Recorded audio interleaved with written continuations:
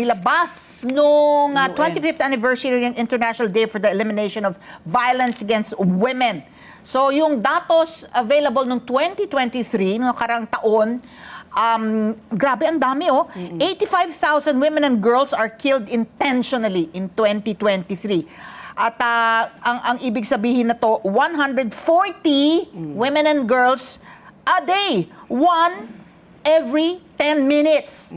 At ang nakababahala dito, 60% ng mga femicides na po yan ang nagsagawa po. Ang salarin ay intimate partner o miyembro ng pamilya. So, General, matanong po natin, ano sa tingin niyo po ang dahilan kung bakit napakalaking porsyento po ang dito po sa femicide o yung pagpatay sa kababaihan? Ang salarin po ay isang malapit, no? Kung intimate partner mo yan, asawa mo, boyfriend mo, live-in partner mo yan, or close family member. Bakit po? Yun nga po, nakakalungkot, nangyayari po yan. Hindi lang po sa Pilipinas, sa buong mundo na meron tayong mga datos na tungkol dito sa pagpatay ng mga kababaihan at taking advantage yung kanilang vulnerabilities at saka yung stereotyping. Depende rin sa culture at depende rin kung saan parte ng mundo nangyayari itong siyempre pag-abuso o pagkakameron ng karahasan laban sa kababaihan at kabataan po.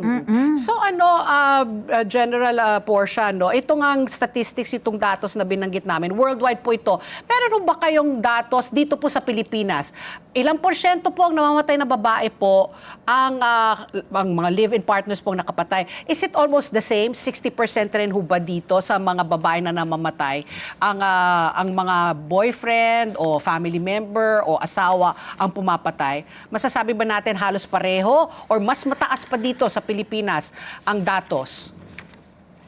Ang datos po natin ay pag sinabi ko kasi yung femicide, ito ay yung pagpatay sa babae na maaring intimate o kasama o relative ang pumatay. At usually lalaki ang pumapatay o ang perpetrator natin. Dito sa Philippines, meron tayo, actually homicide ang interpretation pa natin dito, female. Kung hindi naman nagkameron ng killings o hindi humantong sa pagkamatay, pumapasok pa rin ito sa violation against women and their children or yung RA 9262. Sa datos namin, meron tayong cases last year na 57 cases. Attempted is 22, frustrated 28. Ibig sabihin nito, hindi namatay ang babae. At ang consummated yung talagang nahantong sa kamatayan ng babae ay 7 lang. Samantala ngayon January to date, ang datos natin, attempted is 16, frustrated is 21, at ang consummated is 6. So a total of 43 ngayong taon na to at 57 last year. Kung ang pag-uusapan natin is yung interpretation ng femicide. Parang I get the feeling, hindi ba yan underreported? Kasi nga kahit yung yung kaso ng violence against women, mabanggit ko lang, yung kung nagulantang na tayo dun sa datos na yon, 85,000 women and children killed intentionally in 2023. 37 countries lang yon. Datos from 37 countries noong 2023. Ganong nung 2020, 75 countries ang nag-report. Mas marami.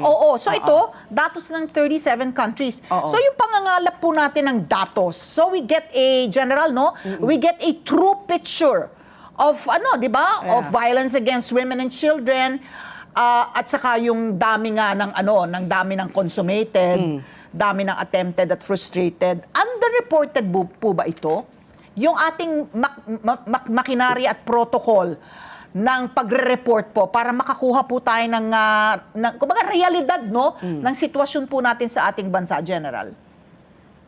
Ang napansin ko kung doon sa study ng UNODC, ay iisa yung ating tinitingnan. kahit sila ho nagsasabi na underreported ang mga datos, kaya wala tayong masyadong intervention at talagang pinag-aaralan pa itong femicide na tinatawag natin.